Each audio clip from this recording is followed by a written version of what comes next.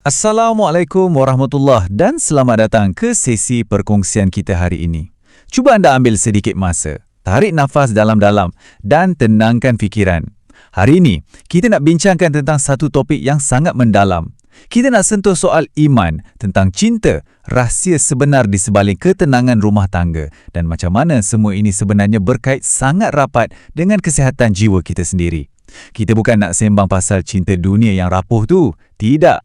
Tapi kita nak selami cinta yang diikat kukuh dengan tali kerohanian. Mari kita telusuri naskah istimewa ini bersama-sama. Karya hebat yang sangat menyentuh jiwa ini merupakan hasil penulisan Firas Al-Munib.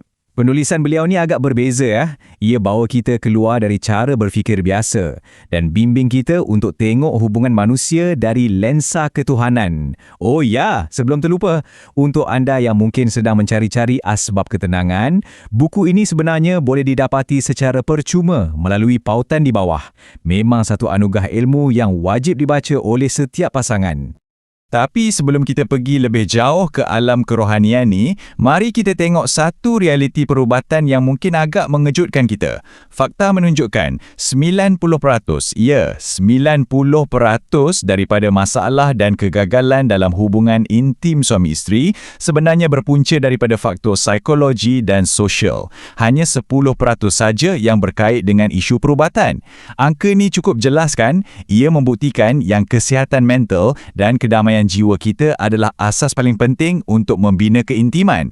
Tanpa jiwa yang tenang, agak mustahil untuk jasad tu rasa kebahagiaan. Bahagian pertama, kestabilan jiwa asas cinta.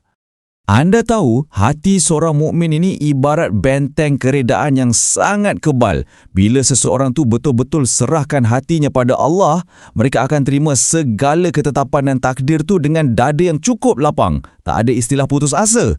Dan sebab mereka ni tak mudah rebah atau hancur bila diuji dengan masalah dunia, mereka inilah sebenarnya yang ada kapasiti paling besar, paling dalam untuk memberi cinta yang stabil, tenang dan kekal bertahan.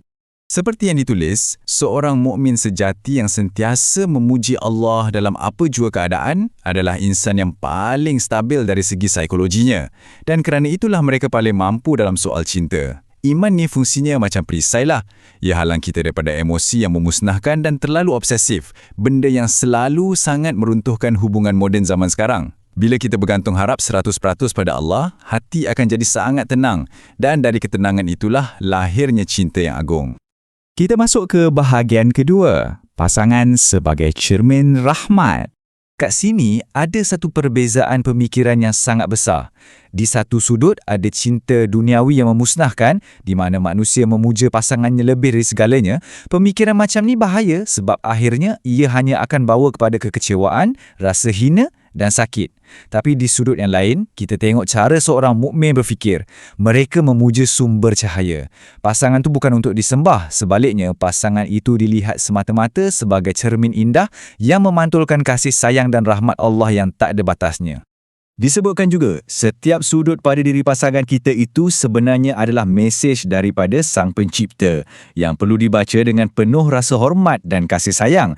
Cuba bayangkan, bila kita pandang suami atau isteri kita melalui lensa iman ni, kita dah tak cari-cari kekurangan mereka. Kita mula melihat kesempurnaan ciptaan Allah. Cara pandang macam ni secara automatik akan tambah rasa hormat kita, memadamkan segala celah di mata dan angkat darjat kasih sayang tu ke tahap yang sangat murni.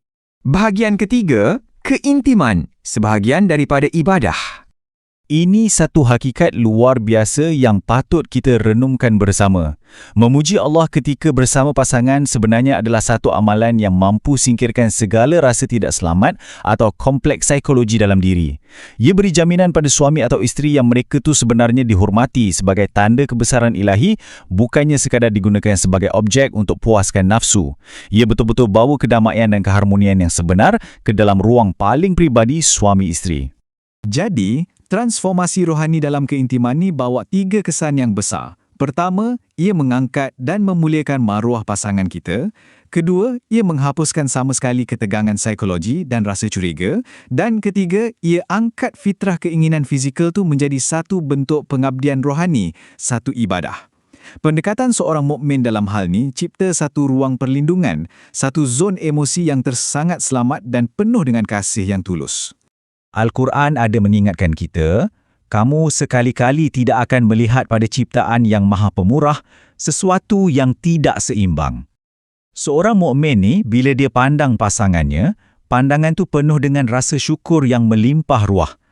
Di mata mereka memang tak ada cacat cela, yang ada cuma keindahan ciptaan dan kehendak pencipta yang maha sempurna. Bahagian keempat, seni melepaskan untuk mencintai. Kalau kita perhati, cinta duniawi yang terlampau obses dan terdesak pada manusia ni sifatnya sangat-sangat rapuh. Ia menakutkan, kadang-kadang menyesakkan dan selalunya berakhir dengan keperitan. Berbeza dengan cinta seorang mukmin, cinta mereka ni tenang dan seimbang. Sebab apa? Sebab hati mereka pada akhirnya berlabuh dengan sangat selamat pada penciptanya. Mereka tak akan mudah lemas dalam badai emosi dunia. Kekuatan yang sebenar tu datang bila kita letak pergantungan sepenuhnya pada ilahi. Cinta sejati ni maksudnya, kita tak bebankan pasangan kita dengan harapan yang mereka perlu jadi segala-galanya untuk kita. Kita kan tahu manusia ni fitrahnya serba kekurangan. Sebaliknya kita cintai mereka dengan ikhlas dan bersih dan dalam masa yang sama kita bergantung 100% pada Allah untuk beri kita kebahagiaan yang mutlak. Itulah kemuncak cinta yang tak akan pernah mengecewakan. Kita di bahagian terakhir, doa ketenangan rumah tangga. Sebagai penutup perkongsian kita, mari kita hayati doa ini perlahan-lahan. Ya Allah, jadikanlah rumah tangga kami dan rumah tangga setiap yang sedang mendengar ini sebagai syurga kecil di dunia. Limpahilah ia dengan ketenangan yang tidak berpenghujung, dengan rahmat-Mu yang seluas langit dan bumi, dengan kasih sayang yang suci tanpa syarat dan kesetiaan yang teguh berpaut pada jalan-Mu.